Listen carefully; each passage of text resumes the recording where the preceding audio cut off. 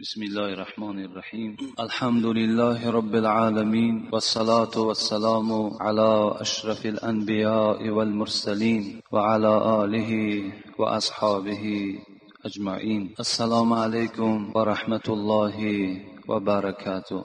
پیغمبر خدا می فرماید: الا ادلکم على ما ننجیکم من عدوکم و یدر لکم ارزاقکم تدعون الله في لیلکم و نهارکم فإن الدعاء سلاح المؤمن.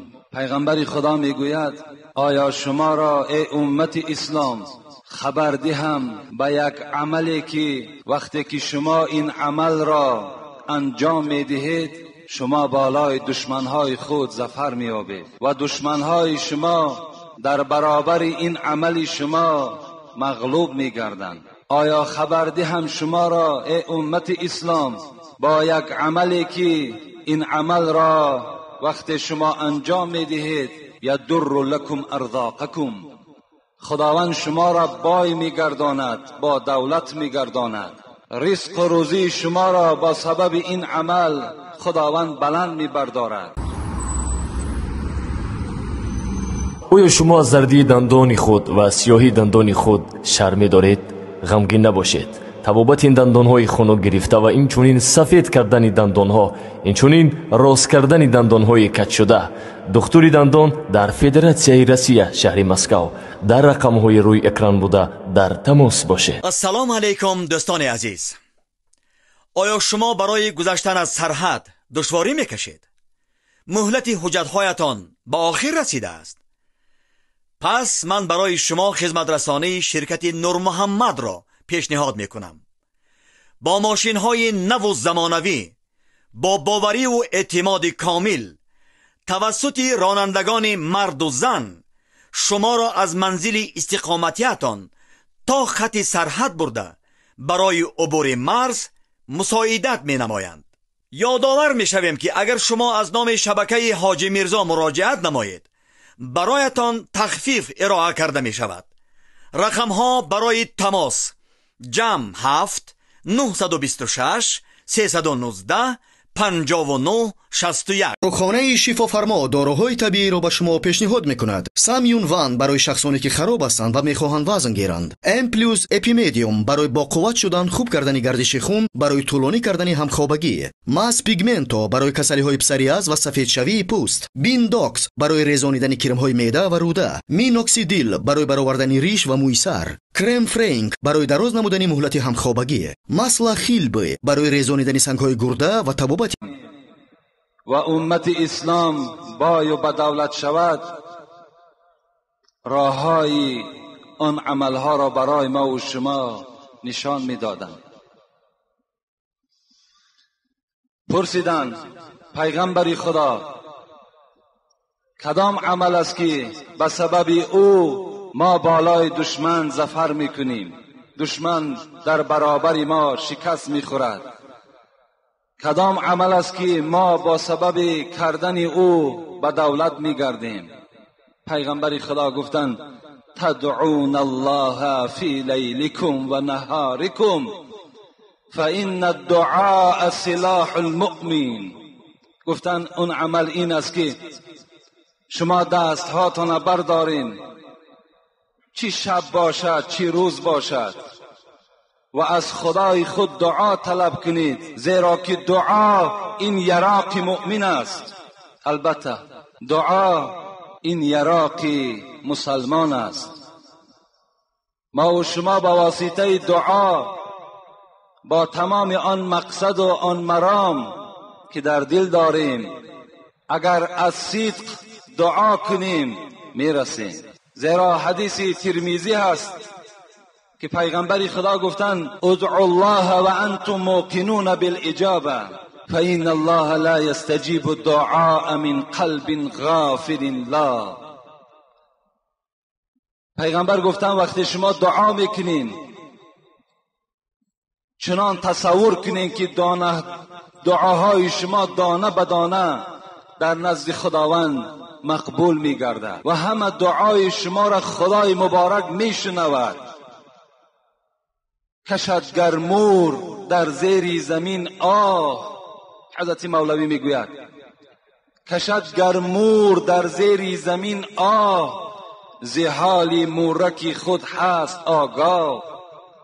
اگر یک مورچه در زیر زمین اگر آه کشد، اگر به سوی خدا دعا کند که پروردگارا به داد من برس، خداوند میگوید از حال مورچه من درکدار هستم. بنالد گر سمک در زیر دریا، بگیرد دستگیرش قدرتی ما.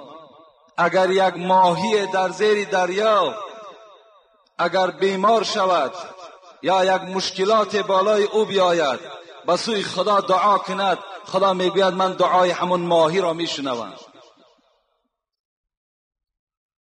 این چنین خدای داریم. از این خاطر همگی ما و شما در این روزی پرفیض پراجر، در روزی که دعای بنده مؤمن در نزد خداوند قبول میگردد، دست میبرداریم و دعا میکنیم پروردگارا از درگاه تو طلب داریم که دین اسلام را بالای همه دینهای منسوخ و دینهای باطله خدایا ظفر نصیب بگردان. و خدای مهربان مسلمانهای مستضعفی در مصیبت آلوده را خدایا از غم و اندوه خلاص بگردان. و خدای مهربان تمام آن نقشه هایی که برای نابود کردن دین اسلام است، برای نابود کردن فرد مسلمان است، خدایا این نقشه ها را برباد بده. و خدای مهربان عدد مسلمان ها را در روی دنیا زیاده بگردان و محبت قرآن، محبت خودت را، محبت محمد را در دل ما بندگان جایگیر بگردان. و خدایا گذشتگان این قوم جمع ما را رحمت و مغفرت بگردان. بیماری های این جمعیت ما را شفای کامل، شفای عاجل نصیب بگردان.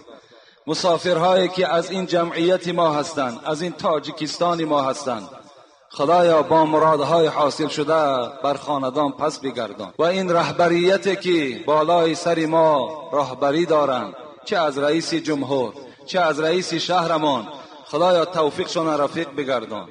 و هر یک آرزوهای نیک برای آبادانی تاجیکستان داشته باشند، خدایا عملیش بگردان. و ایشان را خدا عمر دراز و تن صحت و خاطر جمع نصیب بگردان. ربنا فاغفر لنا ذنوبنا و کفر عنا سیئاتنا توفنا مع الابرار برحمتك یا ارحم الراحمین. جمعه پیشین ما و شما صحبتی داشتیم در باب حقوقهای زنها بالای شوهرها، چه حقوقها داشتند. اگرچند که یعنی این دو جمعه هم مختصراً از باب حقوق زنها بیان شد، البته ما باز یعنی اونقدر دانش پیدا میکنیم که باز دو جمعه دیگر در باب حقوق زنها بهر شما صحبت کنیم. لیکن فکر میکنم که همان دو مصرع محمد صاحب ایرانی یک نکته بس است اگر شعور است، ورنه چو چراغ پیش کور است. برای آدم دانشمند، برای آدم با عقل و با تمیز و با فراست یک نکته بس است، یک اشاره بس است. حالا که ما 2 ساعت در باب حقوق زنها با شما صحبت ها داشتیم، خوش به حال همون مردهایی که سخن پیغمبرشون اجرا میکنن، سخن خداوند اجرا میکنن، خوش به حالشون. و فراموش نکنیم بزرگی زنها باز در اون است که اولین نفری که در دین اسلام داخل شده است این زن است، حضرت خدیجه است.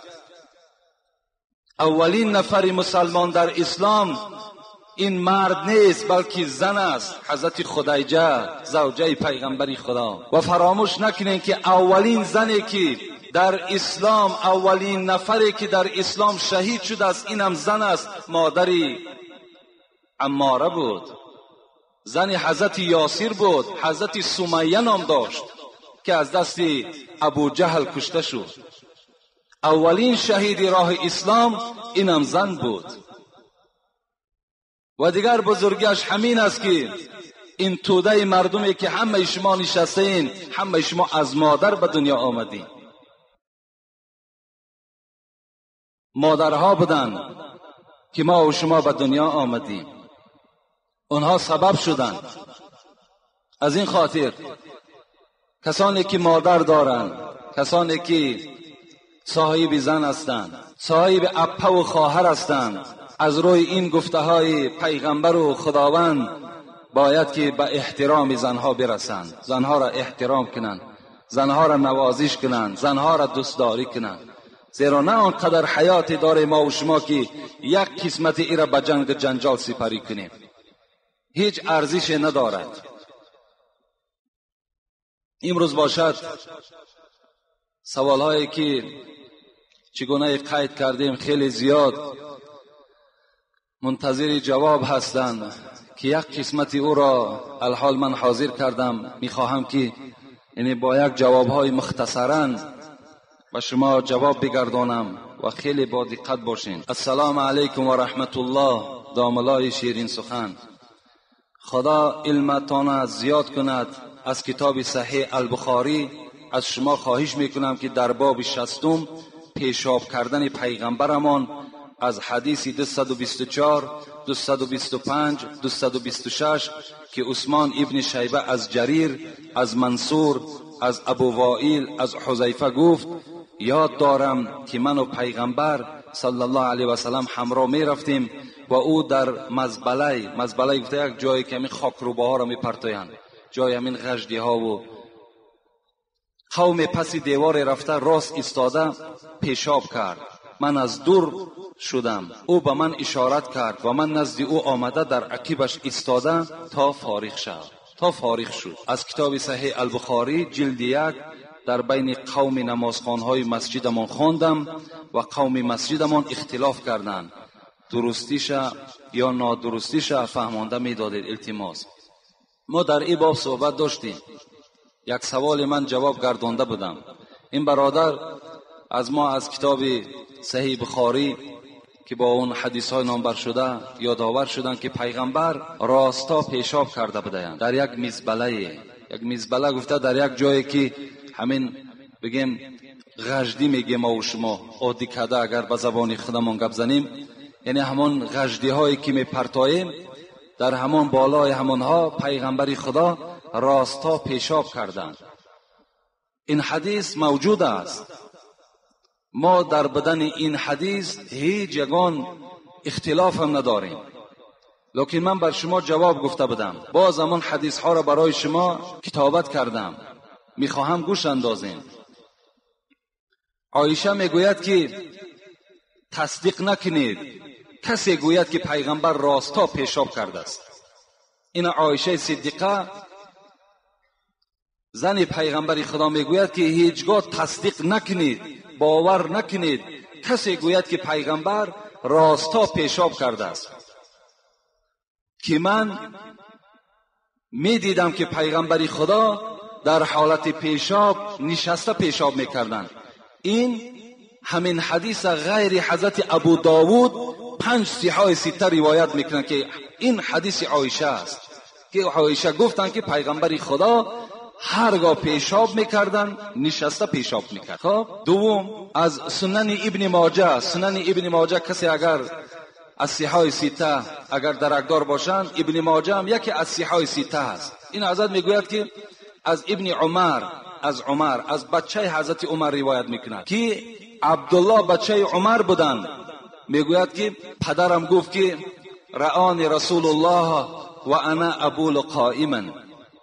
حضرت عمر گفته بود است که من یک بار راستا پیشاب میکردم، به ناگاه پیغمبر خدا مرا دید که من راستا پیشاب میکنم. فقال یا عمر لا تبل قائما، ای عمر دیگر هیچگاه راستا پیشاب نکن، هرگاه پیشاب میکنی نشسته پیشاب کن. فما بلت قائما بعد.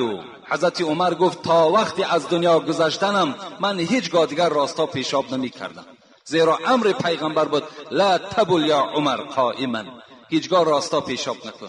این امر حضرت عمر است، امر حضرت پیغمبر خدا با عمر بود. خب ابن مسعود میگوید، حدیث ابن مسعود است، من الجفا ان تبول و انت قائم.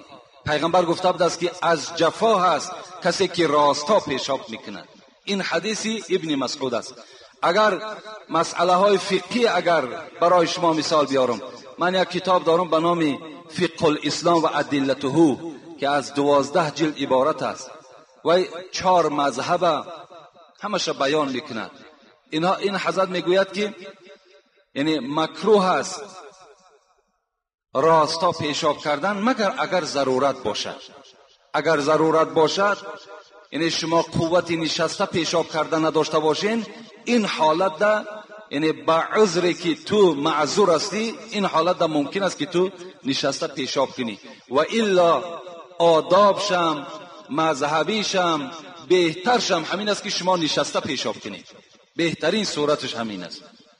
دیگر حدیث نکوین. بسم الله الرحمن الرحیم. السلام علیکم ای واعظ راه خدا، حاجی محترم، فخر کلاب ما جوانان مخلص دائمی شما هستیم و با ما و به شما یک مراجعت داریم. میخواهیم که درباره تکبیر اول نماز به ما شرح دهید که چی درجه ثواب دارد، شاید که با یک چند برادران دیگر هم عبرت شود. با احترام مخلص شما. السلام علیکم و رحمت الله. تکبیر اول یعنی چگونه که امام در نماز الله اکبر میگوید، در مسئله های فقهی میگوید که وقتی که امام اکبر که گفت، باید که شما الله میگفتگیتان را به اکبر امام پیوست کنید تا که یعنی اقتدای شما از پس امام صورت گیرد.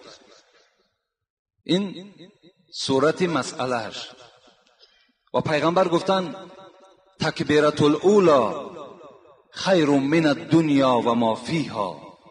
همین تکبیر اولی که با امام دیراب میکنین شما، رسول اکرم گفتن بهتر است از دنیا و آنچه که در دنیا وجود دارد. از تمام آن چیزی که در دنیا وجود دارد، یک تکبیر اول را با امام دیراب کردن این بهتر است گفتن.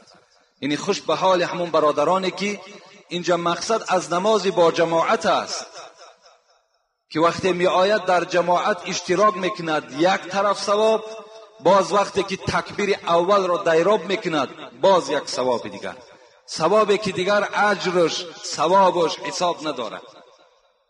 یعنی در این حالت مادامی که این مکافات که خدا برای ما و شما نصیب بگرداند، باید که حرکت کنیم که پیش از امام در مسجد حاضر باشیم و در حالتی که امام الله اکبر میگوید همان الله خودمان به اکبرش که چسبانیم، انشاءالله ثواب همون تکبیر اول را میگیریم. اگر مبادای که یگان تأخیر می شود و شما دیر میکنید، ممکن که میآید که تکبیر اول دیراب نمیکنید، ممکن که در دویم رکعت شما پیوست میشوید، در سوم رکعت پیوست میشوید، شما هم ثواب تکبیر اول دیراب کردگی هستید، زیرا برای شما عذر بود و الا شما بر وقتر آمده با نیت با امام نیت میکردید. السلام علیکم داملای شیرین سخن حاجی میرزا، خواهش داشتیم از شما که با یک چند سوال ما جواب دهید. آیا در وقت قضا کردن خفتن وتر واجب را قضایی خواندن ممکن است یا نه؟ قضایی خواندن ممکن است. یعنی در نمازهای قضایی فقط فرضها خوانده می شود و وتر واجب خوانده می شود، سنت ها دیگر خوانده نمی شود. در نزد استادی که ما علم دینی و دنیوی می آموختیم و از همه کار بد دست کشیدیم، برای همین کار نیکش همسایه‌اش استاد را رنجانید و استاد دغلانه رفتار کرد. استاد از ما خواهش کرد که همسایه را نرنجانید. ما همسایه را خفه نکردیم، اما مقصد همسایه این است که ما به نزد استاد نرویم. ما از آموزش باز ماندیم و ما مصلحت دهید فکر شما درباره این گونه شخصان چی گونه است؟ ما یک گروه جوانان دائمی شما. یعنی برادر عزیز، آن استادی که البته علم دارد، سواد دارد، من بسیار میخواستم که همون حل همون مشکلات از استادتان پرسان کنید، زیرا حالت همون همسایه را و حالت همون محله را همون استاد شما خوبتر میداند. یعنی چگونه ای که اگر همون استاد به شما توصیه داد همون پیشه کنیم. برای من نمیدانم که اون همسایه کی است، وای مسلمان است وای کافر است.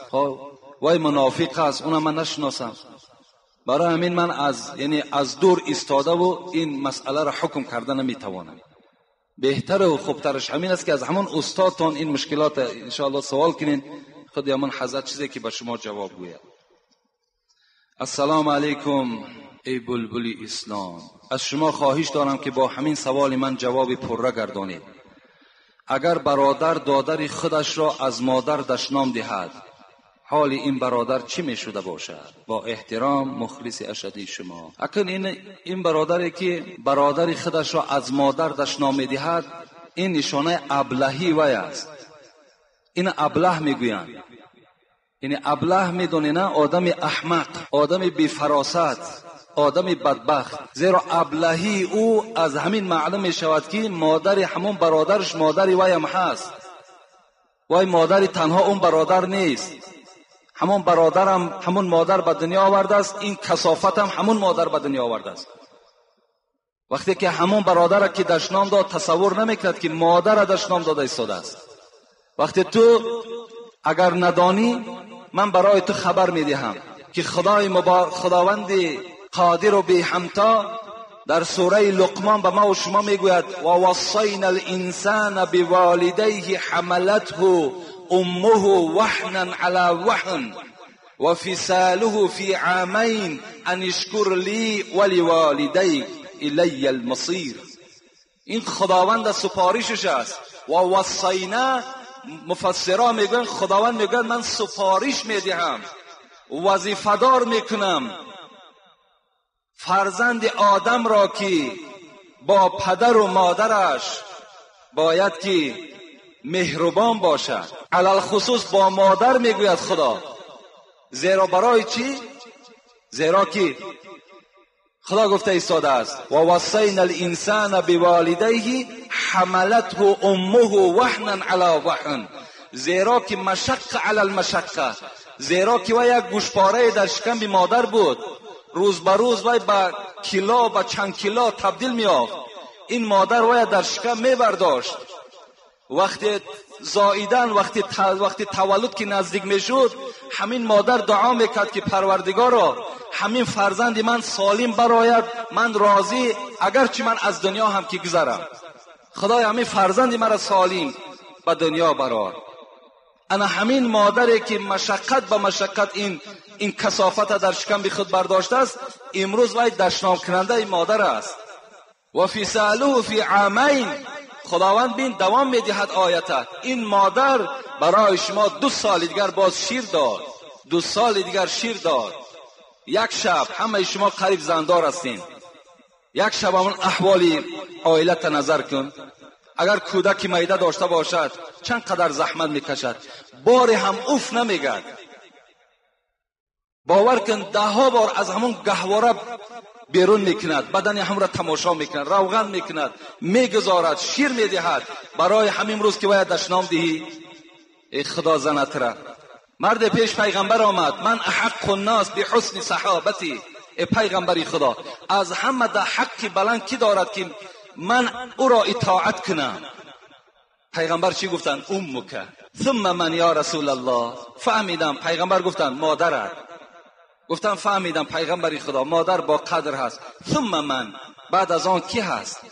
پیغمبر امک، باز مادرت. پیغمبری خدا فهمیدم، باز ثم امک، باز پیغمبر باز مادرت گفتن. ثم من یا رسول الله؟ ثم اباک، بعد از آن پدرت. 3 بار مادرت مادرت مادرت، بعد پدرت. ان رجلا قال یا رسول الله ما حق الوالدین علی ولدهما؟ پیغمبری خدا من سوالی دارم. یک جوان سوال دادن، حق پدر و مادر بالای فرزند چی است؟ چند قدر حق دارن؟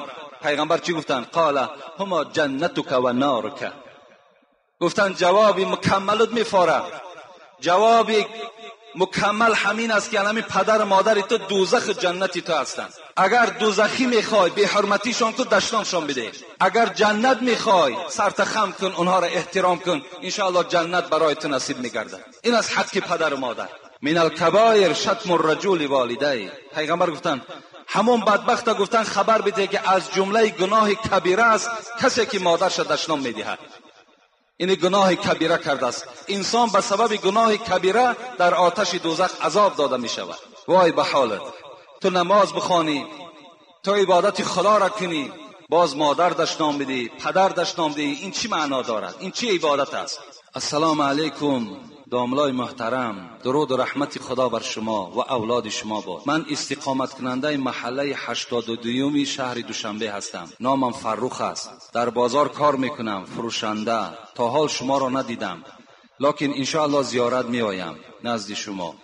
از کاسته هایتان به اهل عائله‌مان استفاده میکنیم. خواهش من این است که درباره فضیلت نماز و بد بودن بی نماز و درباره عرق و عاقبت آن صحبت کنید. این مکتوب را به دست یک برادر کلابی به شما میفرستم. در پناه خدا باشید انشاءالله. این برادر برای ما تکلیف کردن که در باب نماز و آدم بی نماز و در باب نوشیدن عرق و تشکیل کردن عرق به ما صحبت کنید انشاءالله. خدا خواسته باشد جمعه های بعد حق شوهر، اولین جمعه که شروع می شود این از نماز است و از فضیلت نماز است و از کسانی که نماز نمی خوانند. در این باب ها البته صحبت می کنیم.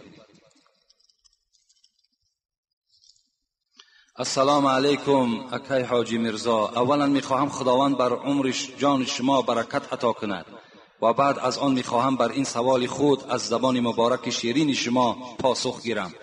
هنگام در نماز بودن به صف پیش یا بر قدم زدن جایز است یا نه؟ جایز است.